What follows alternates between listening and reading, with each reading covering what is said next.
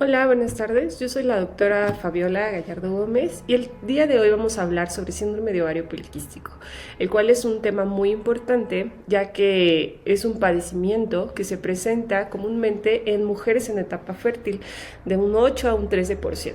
Entonces, para toma de examen va a ser una paciente que acuda a la consulta por problemas en sus ciclos menstruales y puede estar o no asociado a que esta paciente esté buscando un embarazo tal vez o solo quiera regularizar sus ciclos. Otras características clínicas pues es que va a ser una paciente obesa o tal vez con un diagnóstico por ultrasonido con quistes de ovarios. Entonces, durante esta plática vamos a ver cuál es la definición correcta y cómo podemos entender mejor la fisiopatología y así poder definir el tratamiento para cada paciente. Entonces, como definición, pues tenemos que desde 1935 Steven y Leventhal ya habían descrito alteraciones menstruales asociadas a esterilidad con presencia de hirsutismo y obesidad. Entonces, es una patología que ya se conoce desde hace mucho y se han ido unificando los criterios para posteriormente todos hacer un consenso. En 1990, los Institutos Nacionales de Salud identificaron este síndrome como un criterio de exclusión. Quiere decir que aparte de tener hiperandrogenismo y estar asociado a problemas ovulatorios, se tendrían que descartar causas hipofisiarias o adrenales. En el 2003, Rotterdam, que a partir de este entonces son los criterios que ustedes se tienen que aprender, agregó un dato muy importante que es las características por ultrasonido, que son los ovarios con presencias de quistes. Entonces, los criterios de Rotterdam son los que se utilizan actualmente para diagnosticar síndrome de ovario poliquístico. ¿Cómo se diagnostican? Pues con 2 de 3 criterios. De estos criterios, pues bueno, tenemos la oligo o anovulación, el hiperandrogenismo clínico o bioquímico y la presencia de ovarios poliquísticos por ultrasonidos. Entonces, los fenotipos se han descrito para clasificar la gravedad de las manifestaciones, ya sea reproductivas y metabólicas. ¿Para qué nos sirven estos fenotipos? Pues bueno, dependiendo de las características que va a tener cada paciente, es el tratamiento al que va a ir enfocado. Entonces, el fenotipo A y B son los clásicos y se presentan en 2/3 de la población. Fenotipos C y D son los menos comunes y se podría decir que son los más leves en cuestión a tratamiento. Entonces, de los fenotipos, pues prácticamente se clasifican de acuerdo a si tienen o no hiperandrogenismo, si tienen o no disfunción ovulatoria y la morfología poliquística en los ovarios.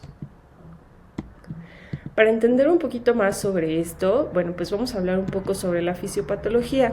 Y bueno, la fisiopatología puede llegar a ser un poco compleja, pero bueno, lo vamos a tratar como de resumir.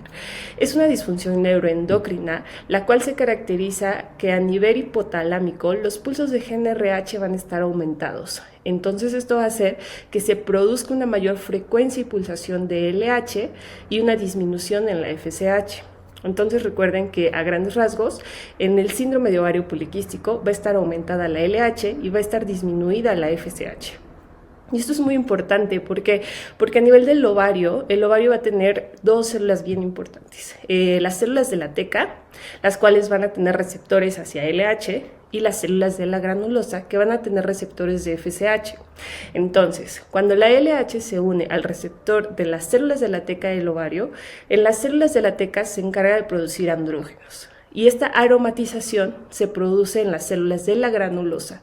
Entonces, si no hay FSH, la FSH no se va a unir al receptor de las células de la granulosa y por lo tanto no va a existir esa aromatización de andrógenos a estrógenos, haciendo que los andrógenos estén por más tiempo libres en el sistema sanguíneo.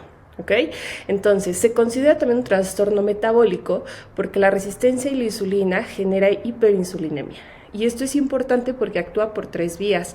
La primera de ellas pues, es aumentando la secreción de andrógenos a nivel adrenal, aumentando la secreción de andrógenos a nivel ovárico y también disminuyendo la globulina fijadora de hormonas sexuales. Por lo tanto, todos los andrógenos van a aumentar a nivel sistémico. Entonces, esto es como un círculo vicioso. ¿Okay? Entonces, a grandes rasgos, la fisiopatología se caracteriza por la disfunción de la esteroidogénesis y la foliculogénesis ovárica. ¿ok? Hablando un poco sobre etiopatogenia, pues bueno, tiene muchas bases genéticas. Actualmente también se sabe que los factores ambientales pueden estar influyendo directamente en esta patología, como la obesidad o eventos en la vida intrauterina con la presencia de hiperandrogenismo durante el embarazo, diabetes gestacional, sobrepeso materno, ¿ok? En el cuadro clínico, pues bueno, prácticamente en el cuadro clínico va a ser una paciente joven con alteraciones menstruales. La más común es oligomenorrea, que se caracteriza por periodos menstruales de 45 días o menos de 9 sangrados al año, ¿ok? Alternados pueden o no con periodos de amenorrea secundaria. Entonces, metrorragia disfuncional, también ocasionado por la presencia de hiperplasia endometrial, hiperandrogenismo y obesidad androide, y en un 75% de las pacientes van a tener hirsutismo. ¿Okay? Hablando un poco sobre hirsutismo, es bien importante que se aprendan la escala de Ferryman-Gallwey y tal vez no se aprendan como todas las partes que se tienen que medir, pero sí que a partir de 8 puntos es un hirsutismo importante. ¿Okay? Obviamente esta escala está diseñada dependiendo de la población que se estudia. Para mexicanos es significativo a partir de 8. Entonces, el hiperestrogenismo relativo asociado a cáncer endometrial, diabetes mellitus tipo 2 y síndrome metabólico por hiperinsulinemia crónica. Entonces, esta es una imagen de la escala de Ferryman-Gallwey que se evalúa 9 partes corporales, de las cuales se les da un puntaje del 1 al 4, siendo el 4 pues, es la mayor presencia de vellos en zonas donde no debería de existir. Entonces, lo que se hace es una evaluación clínica de la paciente y se le da un puntaje. Cuando es mayor a 8 es significativo. Estudios adicionales que se pueden solicitar aparte de toda la evaluación clínica y los antecedentes, pues bueno, hablando un poco sobre el laboratorio, se le pide la testosterona sérica y total, la dehidroepiandosterona o la dehidroepiandosterona sulfatada. También se puede solicitar la 17-hidroprogesterona en la mañana y laboratorios generales, un perfil químico, insulina, glucosa, lípidos, para ver si tiene algunas alteraciones. HCG, prolactina, LH y FSH, la relación a esta. Recuerden que fisiopatológicamente va a estar aumentada más la LH que la FSH en relación 2 a 1, ¿ok? Y vamos a solicitar pues un estudio de imagen, ¿no? El estudio de imagen prácticamente se caracteriza porque en los criterios, en los ovarios deben de existir, como la imagen que pueden ver, 12 o más folículos por ovario. A este patrón alrededor del ovario se le conoce como patrón en rosario. Sin embargo, pues el diámetro debe ser de 2 a 9 milímetros o un volumen ovárico mayor a 10 milímetros. Entonces, vamos a tener diagnósticos diferenciales, como ya lo habíamos dicho, porque debemos de descartar enfermedades tiroideas, hiperplasias adrenales congénitas, hiperprolactinemias, tumores secretores de andrógenos y también síndrome de Cushing. Ahora, bien importante en el tratamiento, pues prácticamente la base del tratamiento son cambios en el estilo de vida. Probablemente cuando ustedes ya les pongan el caso clínico en el ENARM, tienen que empezar desde cero, ¿no? Siempre la primera respuesta pues es cambian el estilo de vida, porque recordemos que es una alteración metabólica.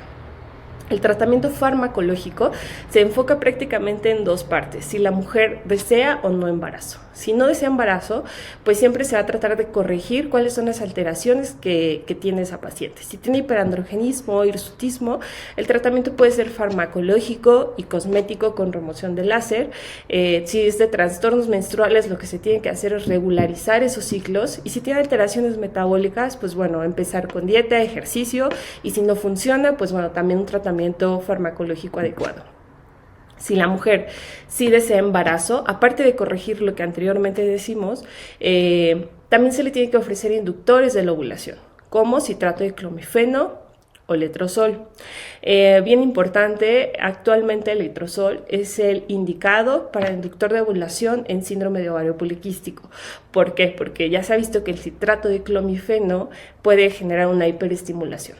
Entonces, si esto no funciona, se pueden también utilizar gonadotropinas exógenas o también se puede ofrecer a las pacientes fertilización in vitro, y lo que antes se hacía, que actualmente ya no, pues es el drilling ovárico, que prácticamente es mediante la laparoscopía quitar como esos quistes que tiene el ovario y así disminuir, pero recordemos que al final es una alteración metabólica que pues no solo se va a quitar quitando los quistes del ovario. Ahora, vamos a hablar de los anticonceptivos orales combinados, que es la primera alternativa terapéutica para pacientes que no desean embarazos, ¿ok? Ya que suprimen la secreción de LH y por lo tanto disminuyen toda la biosíntesis de andrógenos ováricos, aumentando las concentraciones plasmáticas de globulina fijadora de hormonas sexuales. Entonces, como ya vimos fisiopatológicamente que esta hormona la reduce, entonces los anticonceptivos hacen lo contrario. Entonces disminuyen los andrógenos libres y por lo tanto, haciendo un ciclo regular, esto va a permitir la descamación del endometrio y también nos va a disminuir el riesgo de hiperplasia endometrial y cáncer endometrial. El siguiente escalón farmacológico pues son los antiandrógenos, los cuales antagonizan el receptor de andrógenos ya sea en el folículo piloso y las glándulas sebáceas, y esto en los pacientes pues prácticamente les cambia la vida porque casi siempre sí genera como un desgaste emocional el tener hirsutismo. Entonces el quitárselos, ya sea de manera farmacológica o cosmética, les va a cambiar totalmente. Existen dos tipos de fármacos, los esteroidales como acetato de ciproterona y espironolactona, y los no esteroidales como la flutamida y finasteride. Entonces, prácticamente después de desglosar y dar como lo más importante del síndrome metabólico, podemos resumir que es una alteración multifactorial que se tiene que abordar a la paciente como tal, y el tratamiento debe estar dirigido prácticamente a mejorar la calidad de vida y disminuir los riesgos que tiene a largo plazo de hiperplasia endometrial, de alteraciones metabólicas como diabetes mellitus y obviamente disminuir el riesgo de alteraciones cardiovasculares. Y bueno, prácticamente si tuvieran alguna duda, con mucho gusto las resolvemos.